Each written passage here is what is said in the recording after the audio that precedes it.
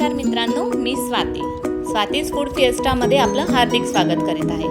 आजची रेसिपी आहे कोळंबी मसाला। कोळंबी मसाला बनवण्यासाठी साहित्य आहे स्वच्छ धुवून घेतलेली कोळंबी। मसाल्यांमध्ये आपल्याला घ्यायचा आहे हळद, 1 चमचा लाल तिखट, फिश फ्राय मसाला, 1 चमचा धने पूड, अर्धा चमचा जिरे पूड, मालवणी मसाला।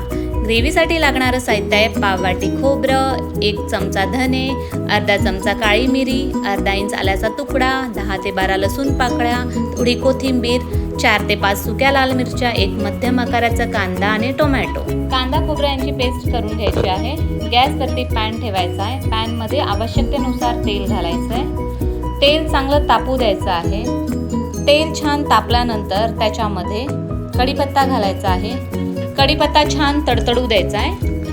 छान तडतडल्यानंतर त्याच्यावरती वरील ड्राय मसाले टाकून घ्यायचे व छान परतवायचे आहे तेलामध्ये। ते परतवल्यानंतर त्याच्यामध्ये कांदा खोबरं लसूण टोमॅटो यांचं केलेली ग्रेव्ही घालायची आहे व ग्रेव्ही घातल्यानंतर तीही छान एकत्रित एकजीव करून परतवून घ्यायची आहे।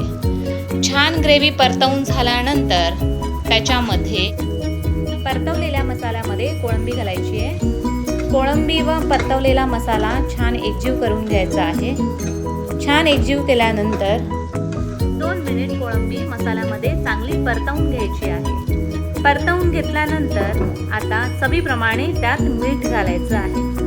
मीठ घातल्यानंतर त्याच्यामध्ये आवश्यकतेनुसार पाणी घालायचं आहे।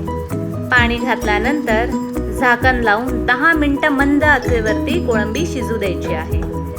कोळंबी शिजल्यानंतर गरमागरम हिरवीगार कोथिंबीर घालून सर्व करा कोळंबी मसाला। व्हिडिओ आवडला असेल तर लाईक, शेअर अँड सबस्क्राईब करा। Swati's food fiesta.